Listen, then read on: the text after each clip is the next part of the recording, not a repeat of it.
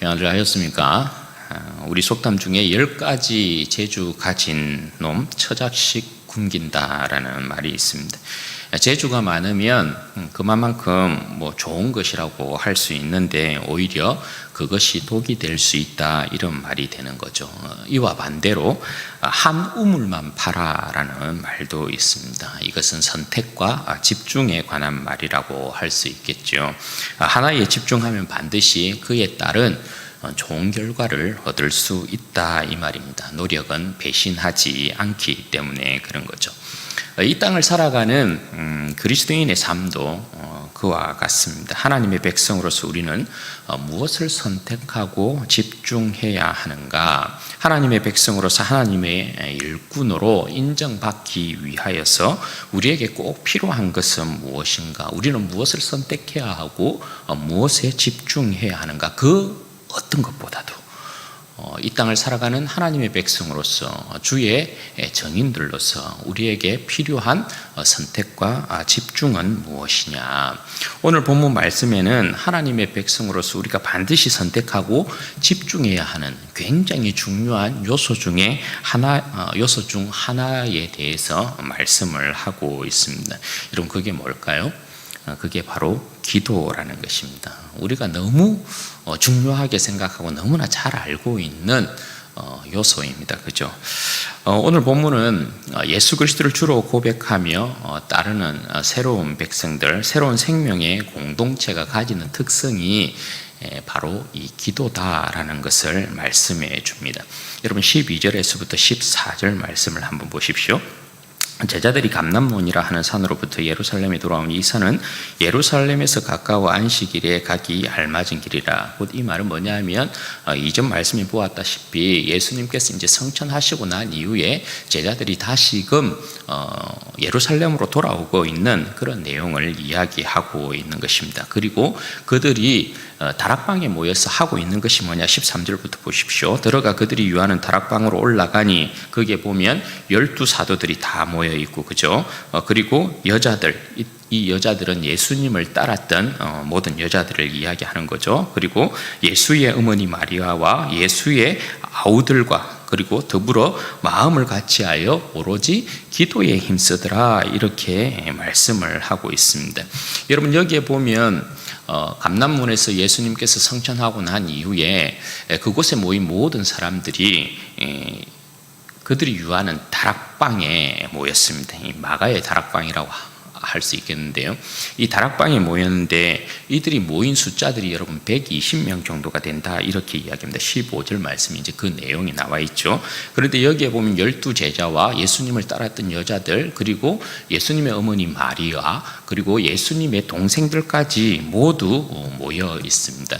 이 모습을 어디와 여러분 비교해 볼 수 있냐면 예수님께서 십자가에 죽으실 때, 그리고 예수님께서 십자가에 죽고 난 이후에 제자들의 모습과 비교해 보면 이 모습이 확연히 다르다라는 것을 알 수 있어요. 예수님께서 십자가에 죽으실 때 여러분 어떤 일이 일어났습니까? 12제자가 다 흩어졌습니다. 뿔뿔이 다 흩어졌죠. 왜 흩어졌을까요? 그들이 흩어진 건 사실 도망간 것이죠.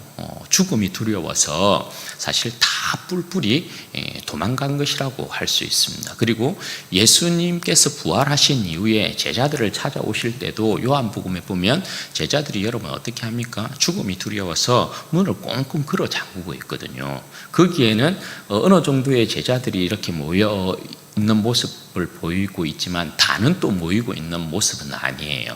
그만큼 제자들은 예수님께서 십자가에 죽으신 이후에 굉장히 두려워하고 있었던 그런 모습을 우리가 볼 수 있어요. 그런데 예수님께서 부활하시고 난 이후에 그 두려워 떨고 있는 제자들을 찾아오시기 시작하죠. 그래서 제자들에게 예수님께서 그 부활하신 모습을 계속해서 드러내시고 40일 동안 저들과 함께하면서 하나님의 나라의 일을 가르쳤다고요. 그리고 우리가 이전 시간에 보았다시피 예수님께서 감람문에서 그들이 보는 앞에서 성천을 하십니다. 그리고 난 이후에 제자들의 상황의 모습을 지금 보여주고 있는 거거든요. 그러니까 예수님께서 십자가에 죽으신 그때와 예수님께서 부활하시기 이전까지의 제자들의 모습과 지금의 모습을 보면 여러분 어때요? 확연히 차이가 나죠. 지금 모인 이 제자들의 모습은 지금 120명의 제자들이 마가의 다락방에 모여서 기도에 지금 힘쓰고 있는 그런 모습을 보여주고 있다는 것이죠. 그러니까 이들은 지금 이들의 모습에 있어서는 죽음을 두려워하는 모습이 전혀 없는 거예요.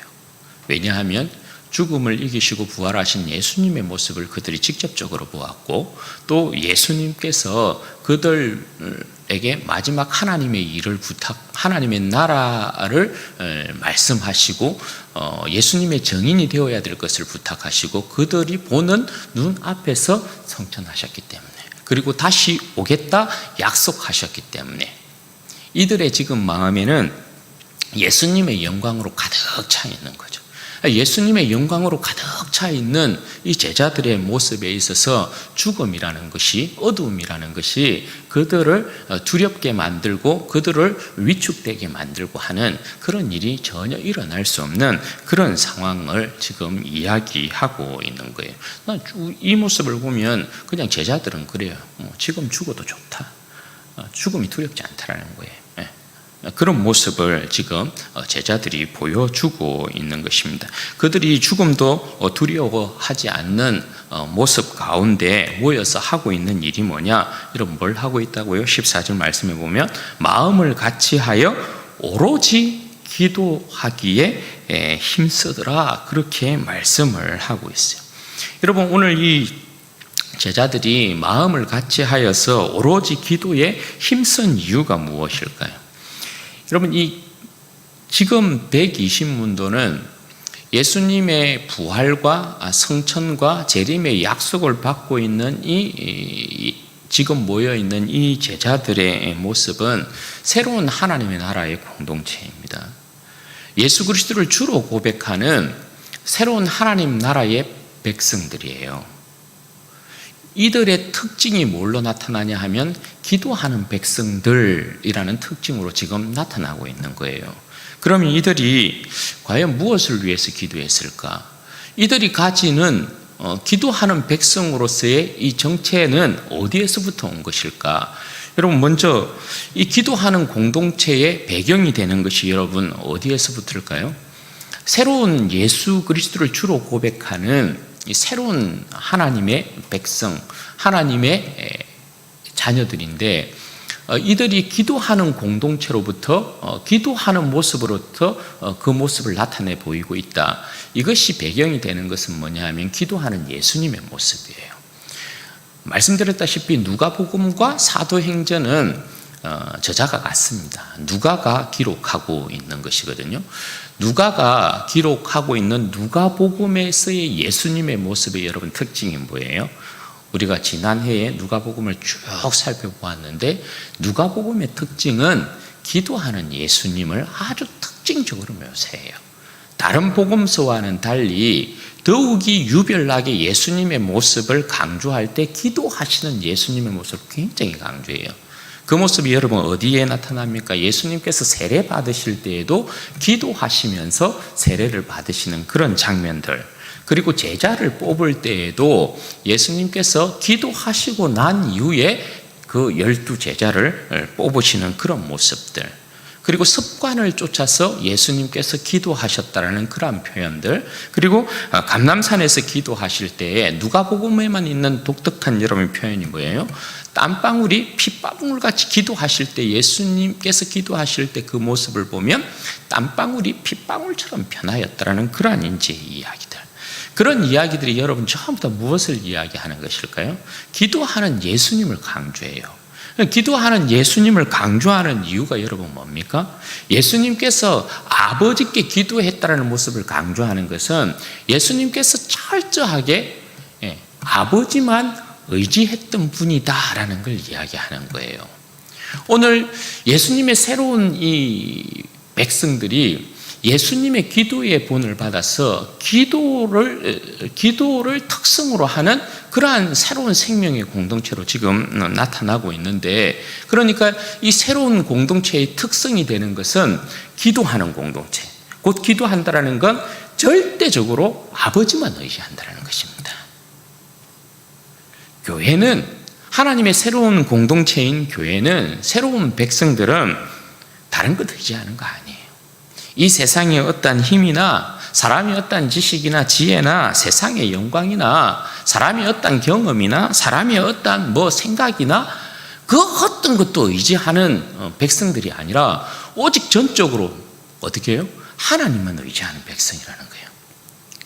전적으로 하나님만 의지하고 하나님께서 인도하시는 길로만 나아가는 백성이 바로 새로운 예수 그리스도의 공동체, 하나님의 백성들이다.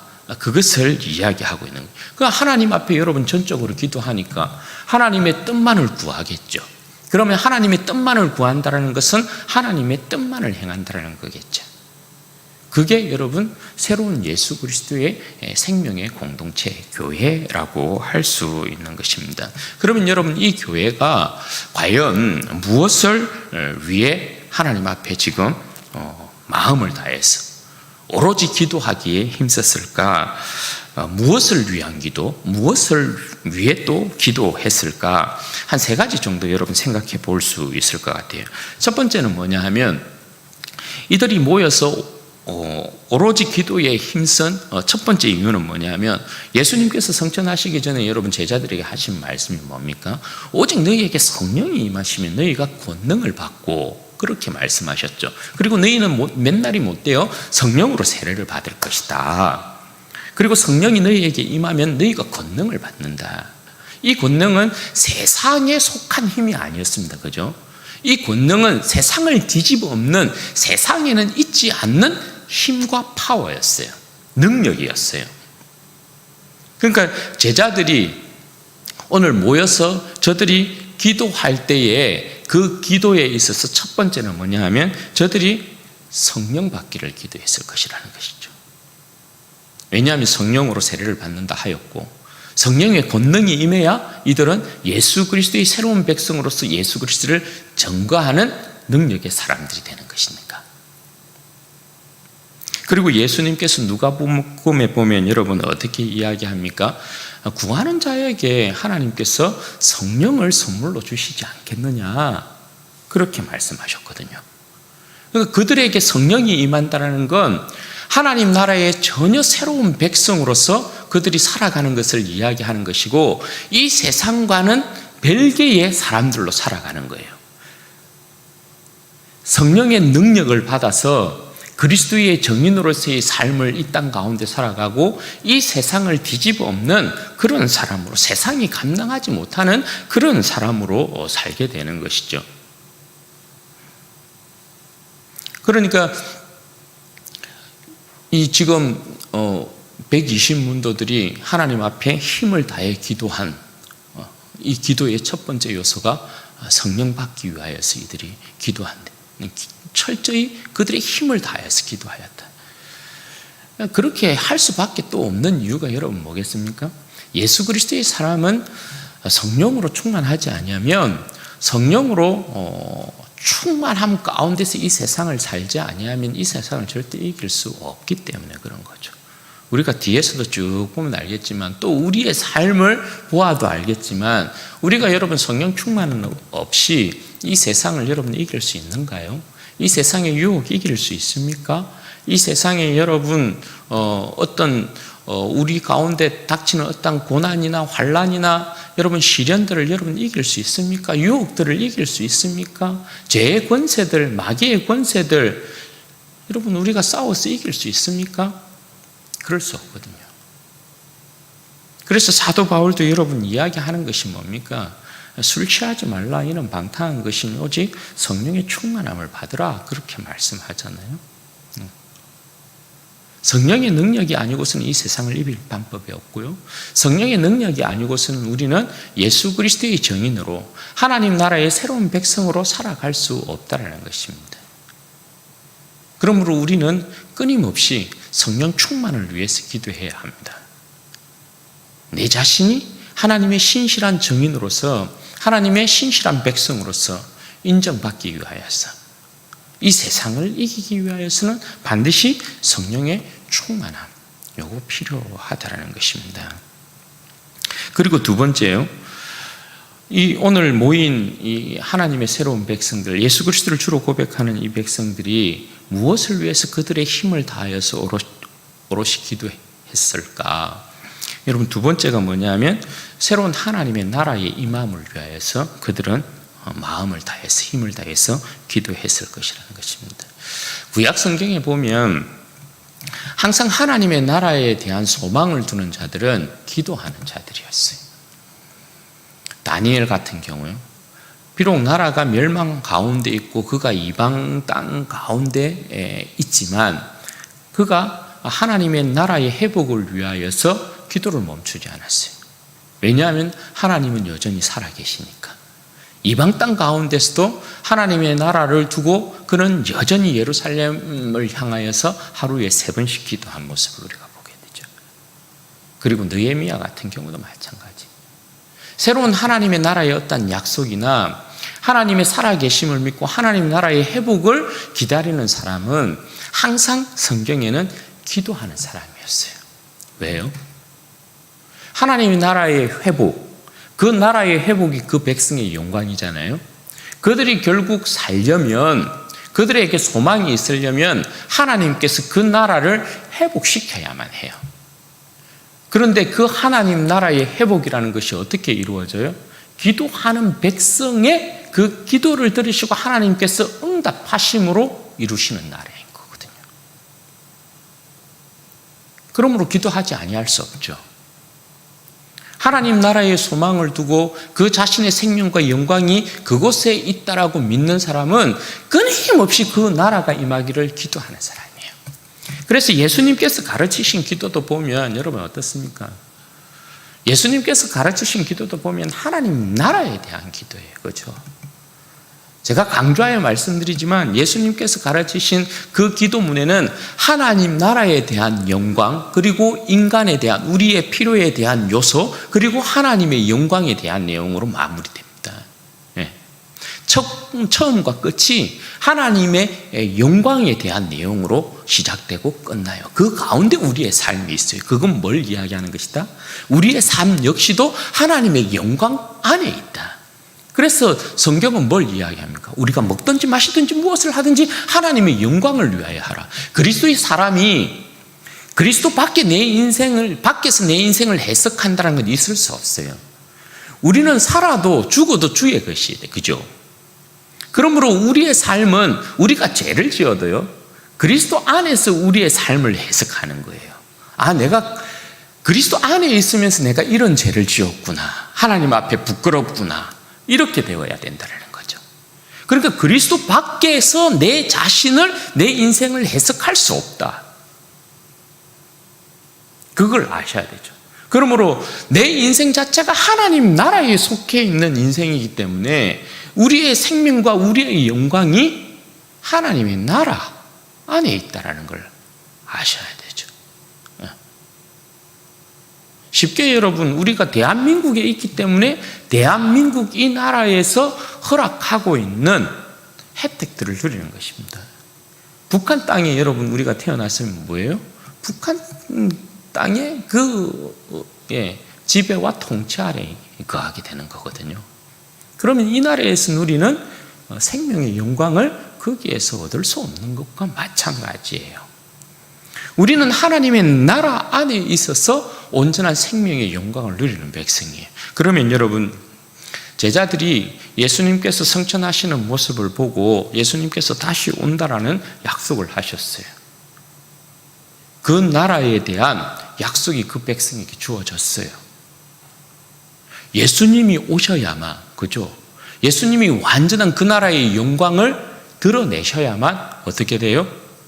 이 땅 가운데 살아가는 백성들, 앞으로 예수 그리스도의 증인으로서 그들이 수많은 이제 고난과 환난과 시련과 모든 일들을 당하게 될 텐데, 그 나라가 와야만 어떻게 해요?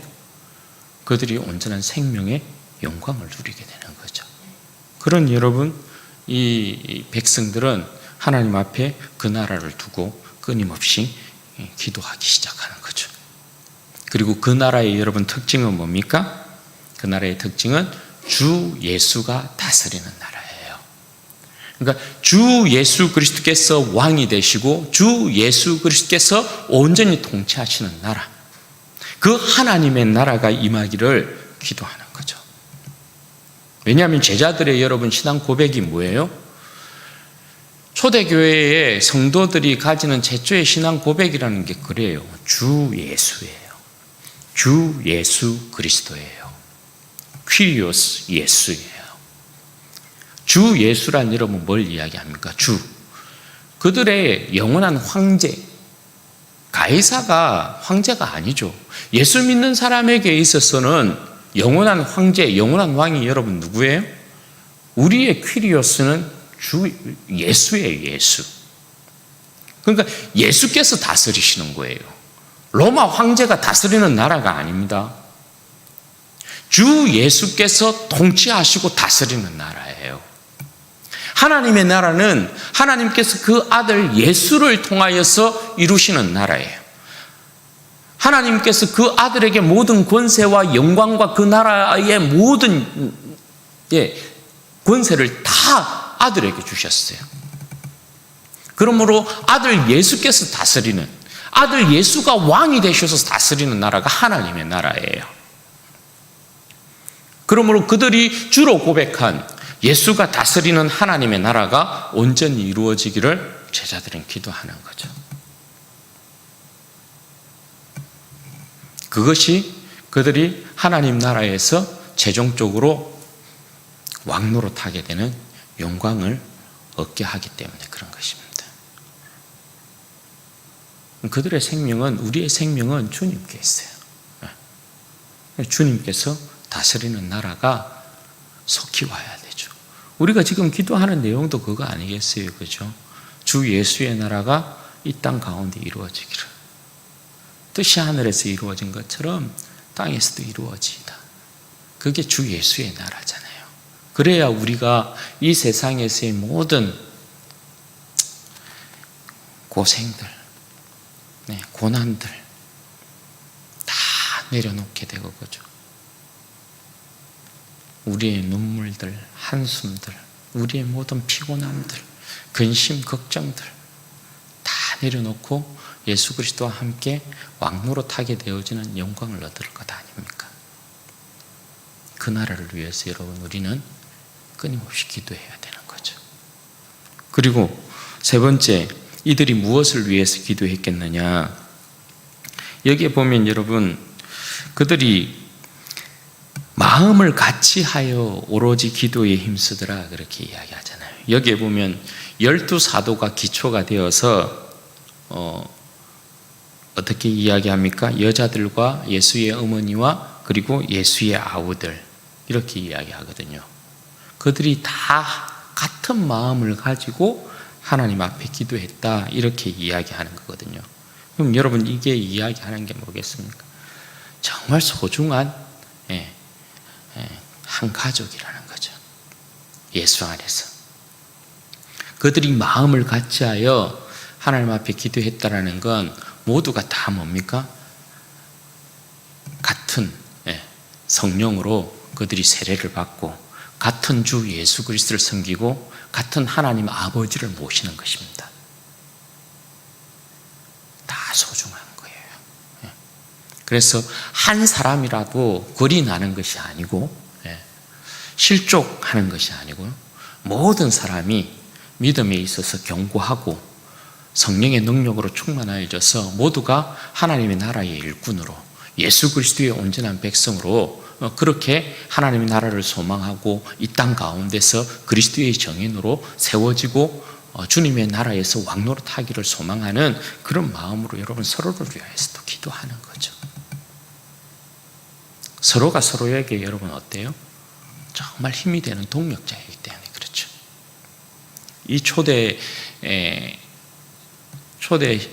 시대에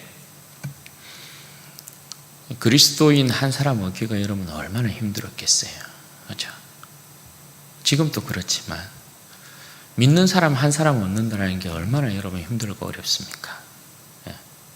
그런 이제 마음인 거죠. 그래서 다 같이 주님의 강한 용사로서 주님의 나라를 구하고 주님 앞에 쓰임받는 그런 일꾼 되기 위하여서 그렇게 여러분 기도하는 것입니다. 그리고 여러분 오늘 이 기도하는 모습 가운데 놀라운 것 우리가 하나 발견하게 되는 게 있는데요. 그게 뭐냐면 여러분 오늘 이 기도를 통하여서 16절부터 15절부터 26절까지에 일어난 이제 현상이 뭐냐 하면 여기에 보면 여러분 어떤 현상이 일어납니까? 베드로가 기도함을 통해서 하나 딱 깨우치는 게 있습니다. 15절부터 26절까지 이 내용은 뭐냐 하면 12사도에 빈자리가 하나 생기게 되잖아요. 가룟 유다 때문에 한 자리가 이제 골이 난 거거든요. 그걸 베드로가 깨우칩니다. 그래서 이 내용에 보면 12사도의 빈자리인 한 자리를 보궐선거를 통해 가지고 한 자리를 채우는 그런 일이 있죠. 그래서 여러분 결국은 마띠아를 얻게 됩니다. 그래서 마띠아가 12사도에 포함이 돼요. 가룟 유다가 빠지고 마띠아가 들어오죠. 그런데 여러분 이 내용을 보면 베드로가 여러분 이야기하는 내용을 보면 어때요? 정말 놀라운 일이거든요. 베드로가 이렇게 기탄 없이 이야기할 수 있는 인물이 아니라는 거예요. 그런데 베드로가 지금 기도하면서 딱 이게 우리 가운데 지금 12사도가 되어야 되는데, 왜냐하면 12사는 하나님 나라의 새로운 기초거든요. 12 이스라엘 지파가 12 야곱의 아들이 하나님 나라의 기초였던 것처럼 예수 그리스도의 새로운 공동체는 12사도로 시작되는 것이거든요. 그래서 보궐선거를 한 것이란 말입니다. 그런데 아무도 몰랐는데 베드로가 이걸 깨우치고 있다는 거죠. 베드로의 활약이 이제 사도행전 초반에 나오거든요. 왜냐하면 베드로는 어쨌든 예수님의 수제자이기 때문에 그렇거든요. 그런데 베드로는 4장 13절에도 보면 아시겠지만 당국자들이 깜짝 놀랍니다. 베드로와 요한이 예수 그리스도를 증거하는 일에 있어서 기탄 없이 말하는 걸 보고 깜짝 놀랍니다. 왜요? 이들은 그냥 어부들입니다. 학문 없는 범인이라고 이야기하잖아요. 그런데 베드로가 이야기하는 걸 보면 그냥 줄줄줄줄 그냥 기탄 없이 이야기해버려요. 그러니까 이들이 깜짝 놀라는 거죠. 아니, 이 베드로와 요한이 이 12사도가 언제 이 랍비가 되는 정규적인 교육을 받은 사람들이 아니거든요. 그런데 말하는 게 놀라워요. 구약을 인용하면서 그리스도에게 적용을 시키면서 그리스도를 증거하는 내용이 굉장히 놀랍단 말입니다. 깜짝 놀라요. 여기에서도 베드로의 모습이 그런 모습이에요. 베드로가 쫙 이야기하면서 우리 중에 하나가 비었다. 그거 보충해야 된다. 그래서 제비뽑기를 해서 마띠아를 얻는 거예요. 그래서 하나님의 새로운 나라가, 예수 그리스도의 새로운 공동체가 여기에서부터 시작이 되는 거예요. 제비를 뽑은 건 가독이기 때문에 그렇습니다. 지금도 여러분 제비를 뽑아가지고 하나님께서 누구를 택하셨는가 보자. 그거는 여러분 좀 어리석은 일입니다. 지금 이 당시는 여러분 어떤 상황이에요? 구약은 항상 여러분 제사장에게 이렇게 우림과 둠빔을 넣어서 하나님께서 어떻게 결정하시는가를 이렇게 보죠. 그래서 우림과 둠빔으로 그것을 구분했죠. 그런데 이때는 여러분 또 어떤 때입니까? 예수님께서 성천하시고 성령께서 오시기 전이잖아요. 그러니까 주님께 물어봐야 되죠. 그래서 제비를 뽑은 거예요. 성령이 오시고 난 이후에 교회는 여러분 어떻게 합니까? 제비 뽑기 하는 게 아니에요. 주의 교회 안에 거하시는, 임재하시는 성령께서 그 성도들과 함께 하시는 것이기 때문에 우리는 여러분 어떻게 해요? 투표를 하는 것입니다. 그래서 거룩한 공회에 역사하시는 성령의 능력을 믿는 거죠.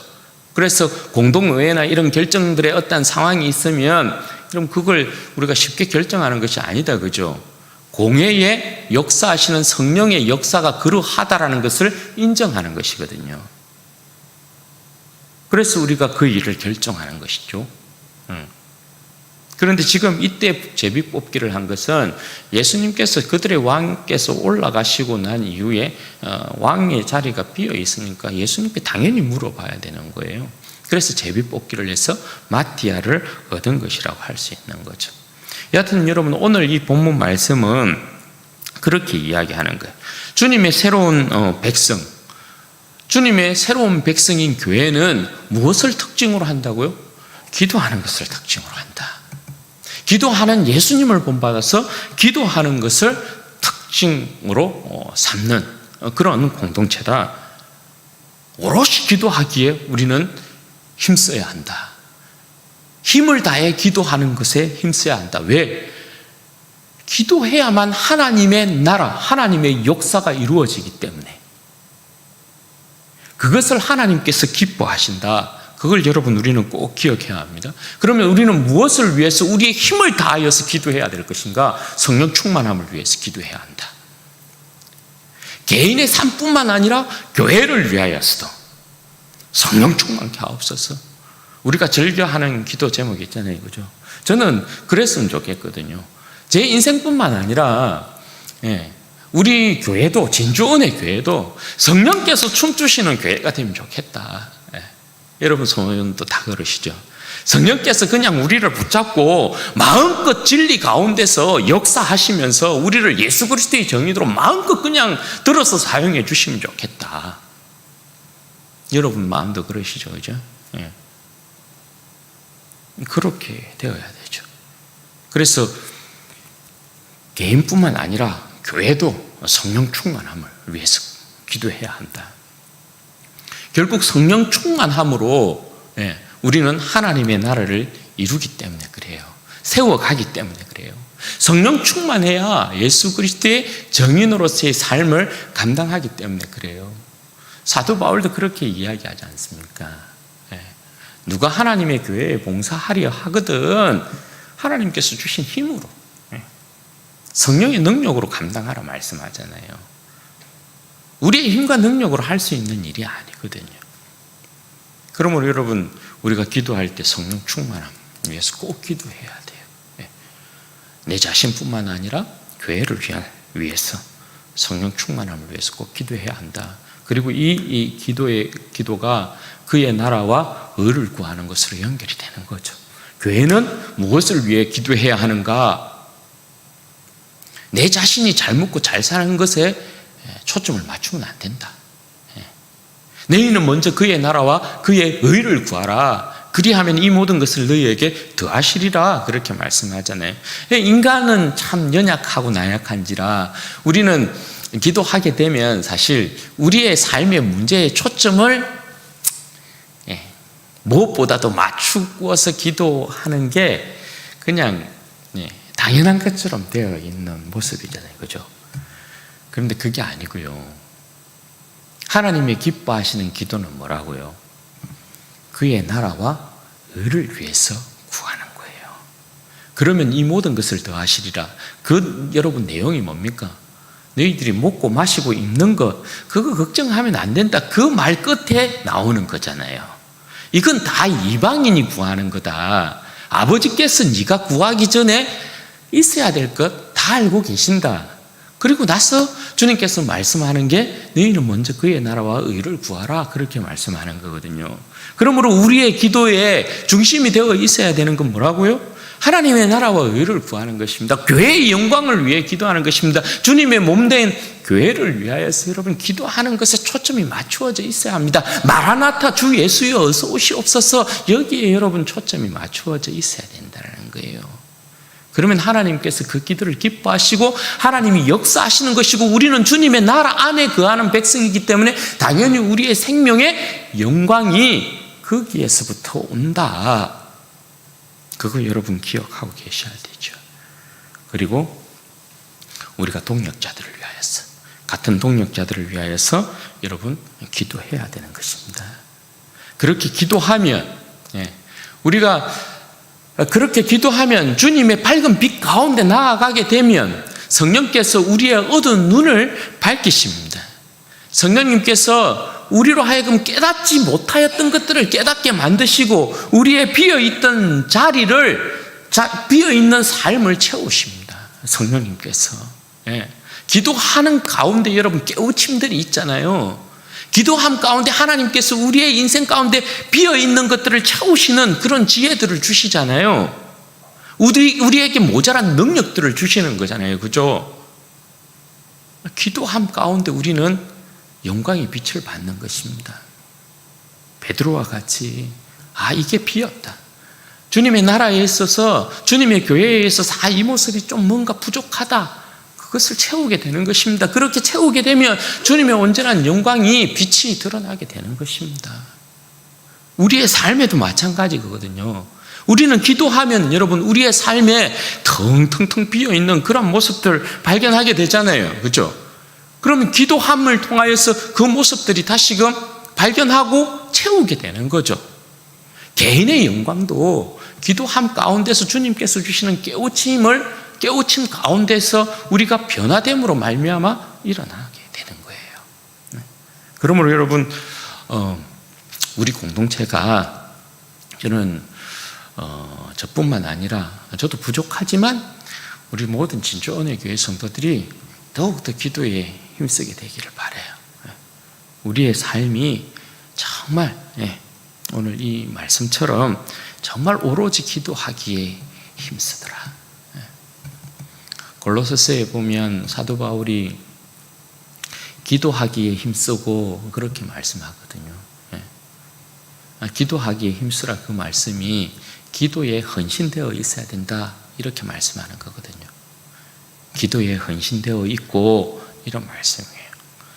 우리가 하나님께로부터 받은 영광과 여러분 직분이 작지 않습니다. 저는 목사고 어떤 분들은 장로고 어떤 분들은 권사고 어떤 분들은 집사고 하나님께서 주신 영광의 직분 우리가 받고 있잖아요. 기도의 능력 아니고서는 감당하기 쉽은 것이 아니에요. 오로지 기도해야 되죠. 그래서 하나님께서 우리의 기도를 들으시고 역사하시는 그러한 은혜가 우리 진주언약교회에 있기를 바라고 우리 교회뿐만 아니라 개인의 삶 가운데서도 기도함을 통하여서 응답하시는 하나님의 은혜 가운데 우리 교회도 더욱더 강하게 세워지고 우리 개인의 삶도 더욱더 강하게 세워지는 그런 은혜의 역사가 있기를 주님의 이름으로 축원드립니다. 같이 한번 기도하도록 하겠습니다. 여러분 이 시간에 기도할 때에 그렇게 먼저 기도했으면 좋겠습니다. 하나님, 무엇보다도 이 인생이 하나님 앞에 기도에 헌신되어지는 인생 되게 하여 주시기를 원합니다.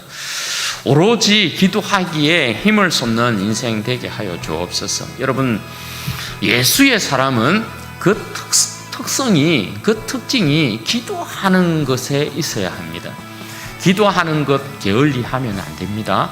기도하는 것 게을리하거나 기도하는 것 멈추게 되면 우리의 삶의 능력이 멈추는 것이고 우리가 그리스도의 사람으로서 세상을 이길 수 없고 마귀의 권세를 이길 수 없고 내 자신을 절대 이길 수 없습니다.